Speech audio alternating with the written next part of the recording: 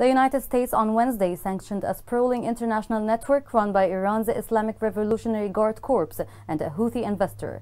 The network provided tens of millions of dollars to Yemen's Houthi rebels. More details on this are within this report. The Biden administration imposed sanctions on an international business network that finances Yemen's Houthi rebels and their attacks on people in Yemen and the Persian Gulf, in an attempt to dry up funding that pulls towards the country's 7-year civil conflict. According to Secretary of State Antony Blinken, the sanctions were closely coordinated with Gulf partners in response to Houthi attacks inside Yemen and recent terrorist attacks targeting civilian sites in Saudi Arabia and the United Arab Emirates, which have resulted in numerous civilian casualties.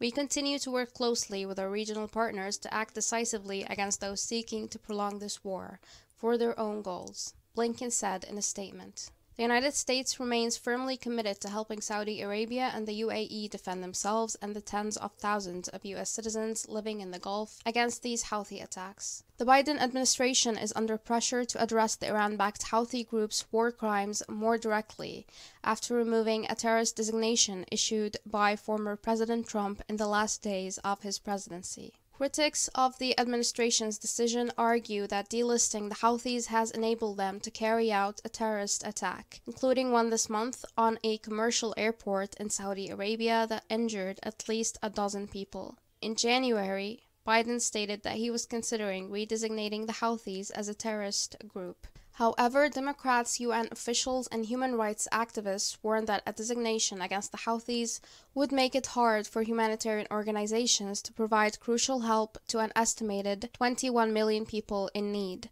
or roughly 2/3 of the population. We urge you not to pursue a designation that would have little practical impact on the Houthi leadership, but would have catastrophic humanitarian consequences, Senator Chris Murphy wrote in a letter to Biden on Wednesday. Millions of Yemeni lives hang in balance, and the United States should remain focused on alleviating the human suffering and ending this war. Yemen's 7-year civil war has had the tragic distinction of being one of the world's greatest humanitarian catastrophes, with violent armed conflict aggravating conditions in an already impoverished country.